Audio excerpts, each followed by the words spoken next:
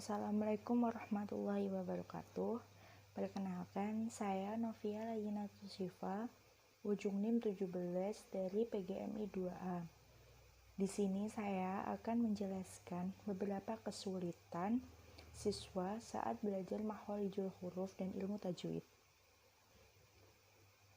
Pemahaman materi siswa satu dengan yang lainnya tentu berbeda. Mereka memiliki kemampuan masing-masing, tentunya tidak sama.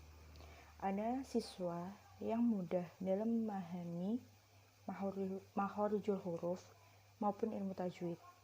Namun juga ada siswa yang merasa kesulitan dalam memahami ilmu tajwid dan makhorijul huruf. Terkadang siswa terkecoh oleh pemahaman materi yang hampir mirip di dalam makhorijul huruf maupun dalam bacaan tajwid. Selain siswa sulit atau mengalami kesulitan dan hambatan dalam membaca Al-Quran dan memahami ilmu tajwid, siswa juga mengalami kesulitan dalam mempraktikkan makhorijul huruf. Selain makhorijul huruf yang berhubungan dengan vokal atau panjang pendek tadi, juga siswa terkadang terkecoh, bahkan menyimpang dari bunyi huruf hijaiyah atau makhorijul huruf hijaiyah yang asli menjadi bunyi yang tidak mirip. Contohnya, huruf hamzah dibaca seperti ain, bahkan ain dibaca seperti hamzah, dan juga yang lainnya. Karena hal itu terjadi karena kurangnya pemahaman siswa akan makhorijul huruf hijaiyah dengan benar, atau bahkan terkecoh akan makhorijul huruf setiap huruf hijaiyah yang terdengar mirip, bahkan seringkali dibaca berbeda dengan aslinya. Selain faktor-faktor dalam seperti hukum bacaan tajwid dan makhorijul yang benar dalam segi materi, ada juga faktor yang menjadi pemicu kesulitan siswa dalam memahami atau belajar ilmu tajwid dan makhorijul huruf. Itu berasal dari faktor luar, yaitu faktor pergaulan, keluarga, bahkan diri sendiri. Misalnya, dari faktor pergaulan, siswa berada di pergaulan yang mendorong siswa itu tidak berminat, tidak memiliki keminatan dalam belajar. Hal itu tentu saja akan mendorong siswa itu mengalami kesulitan karena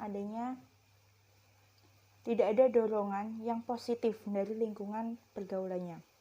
Selanjutnya ada faktor dari diri sendiri, sifat malas dan menyepelekan. Itu tentu saja menghambat proses belajar. Bahkan tidak hanya belajar ilmu tajwid dan makhorijul huruf saja, tapi belajar segala hal juga akan terhambat. Dan selanjutnya adalah faktor orang tua. Tidak ada dukungan dan motivasi sehingga anak itu juga akan mengalami kesulitan. Oleh karena itu, alangkah baiknya jika dari faktor dalam maupun luar itu sama-sama mendukung,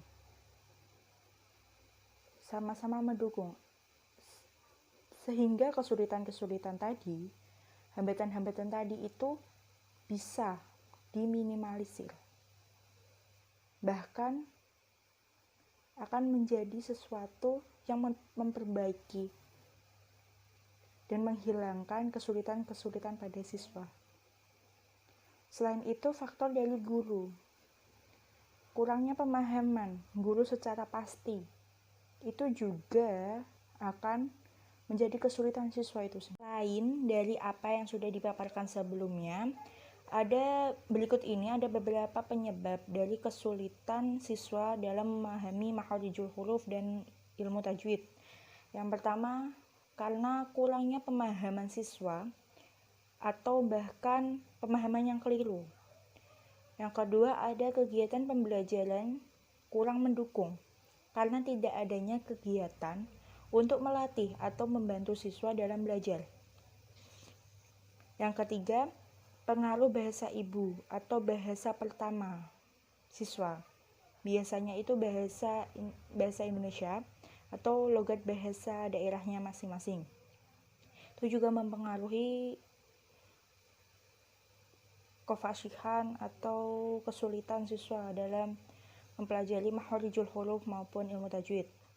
Yang selanjutnya adanya perbedaan atau antara pengucapan huruf bahasa Arab dengan bahasa Indonesia maupun bahasa daerah logatnya. Selanjutnya terdapat beberapa huruf yang terdengar mirip bunyinya. Selanjutnya belum terbiasa dengan bunyinya huruf makharijul huruf dengan benar. Kurangnya latihan atau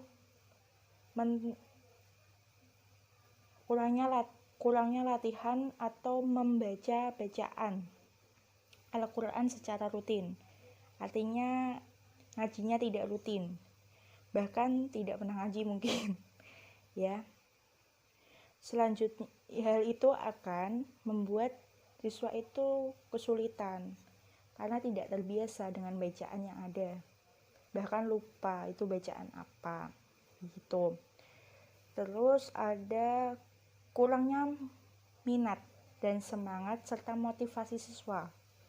Selanjutnya ada ambisi yang berlebihan dalam mengucapkan huruf hijaiyah. Selanjutnya sering lupa dan tidak mengingat hurufnya. Ya karena tadi tidak rutin dalam membaca dan mempelajari maupun memahami sehingga siswa kadang lupa. Hal itu juga akan menjadi kesulitan dari siswa itu sendiri. Dari berbagai penyebab yang telah dipaparkan tadi, di sini selanjutnya ada upaya solusi untuk mengurangi bahkan meminimalisir kesalahan dan kesulitan siswa dalam belajar ilmu tajwid dan makharijul huruf. Di antaranya, guru membimbing dan meluruskan pemahaman siswa secara tertib, runtut, dan benar. 2. Seharusnya ada kegiatan yang dapat membantu siswa dalam memahami makharijul huruf dan ilmu tajwid. Yang ketiga, untuk mengurangi atau untuk menghilangkan pengaruh buruk tersebut atau pengaruh tadi yang mempengaruhi kesulitan tadi, siswa membutuhkan pembiasaan terus berlatih dan rutin dalam mempelajari, memahami, membaca Al-Quran, ilmu tajwid maupun makharijul huruf. Adanya perbedaan antara pengucapan huruf bahasa Arab dengan bahasa ibu, bahasa Indonesia, bahasa logat daerah masing-masing. Itu membutuhkan pengenalan huruf dan cara membunyikan masing-masing hurufnya serta pembiasaan dengan terus berlatih. Selanjutnya, sebaiknya memperbanyak membaca bacaan, memperhatikan huruf-hurufnya dengan bacaan yang baik dan benar sumbernya. Mencoba terus untuk membiasakan diri dalam pengucapan sampai terbiasa.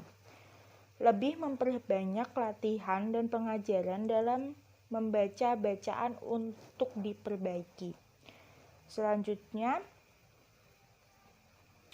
seharusnya siswa tidak perlu tergesa-gesa sehingga bacaan yang harusnya dibunyikan dengan benar itu tertanam dalam pikiran, karena secara perlahan-lahan dan hati-hati itu lebih menempel atau lebih teringat di pikiran siswa atau di dalam otak siswa, dalam pemahaman kita. Ketika kita belajar pelan-pelan atau tidak tergesa-gesa, maka pemahaman itu menjadi pemahaman yang mutlak di pikiran kita, sehingga walaupun lupa itu akan teringat sedikit-sedikit karena terbiasa dengan pelajaran yang efektif pelan-pelan. Terus mengulangi dan menghafal kembali huruf-huruf dengan benar, dengan tenang, dan dengan keterangan yang jelas. Maka dapat disimpulkan bahwa dalam belajar ilmu tajwid, makhorijul huruf maupun membaca Al-Quran itu tidak selalu berjalan sesuai harapan. Setiap siswa memiliki kesulitan masing-masing, karena setiap siswa memiliki kemampuan mereka yang tidak sama atau memiliki kemampuannya masing-masing. Oleh karena itu, faktor pendukung, faktor dari luar maupun dari dalam itu harus ikut serta seimbang dalam mendukung dan meminimalisir kesulitan siswa dalam belajar. Dan dapat disimpulkan juga, biasanya kesulitan siswa dalam belajar makhorijul huruf itu adalah dalam kemampuan membaca huruf hijaiyah yang kadang bunyinya menyimpang dari bunyi asli, karena tadi faktor adanya pengaruh bahasa logat, bahasa ibu, bahasa Indonesia, bahasa sehari-hari pada siswa yang sedikit berbeda pada pelafalan bahasa Arab. Selanjutnya, kurangnya latihan dan memahami bacaan. Kurangnya latihan dan juga kurang minatnya siswa, semangat serta motivasi. Itu yang menjadi kesulitan siswa dalam membaca makhorijul huruf. Sedangkan kesulitan untuk belajar ilmu tajwid, siswa itu kurang pemahaman, bahkan pemahamannya keliru, rancu atau terkecoh pada bacaan tajwid yang mirip-mirip hukum bacaannya, serta kurangnya latihan, kurangnya hafalan, kurangnya pemahaman dan semangat belajar dalam mempelajari ilmu tajwid. Serta solusi yang dapat dilakukan itu berasal dari diri sendiri, orang tua, lingkungan, serta pemahaman materi yang tepat, akurat, dan seimbang. Terima kasih dari saya. Maaf apabila ada kesalahan kata maupun penjelasan, karena kita semua pasti tidak luput dari kesalahan. Terima kasih atas perhatiannya. Saya akhiri. Wassalamualaikum warahmatullahi wabarakatuh.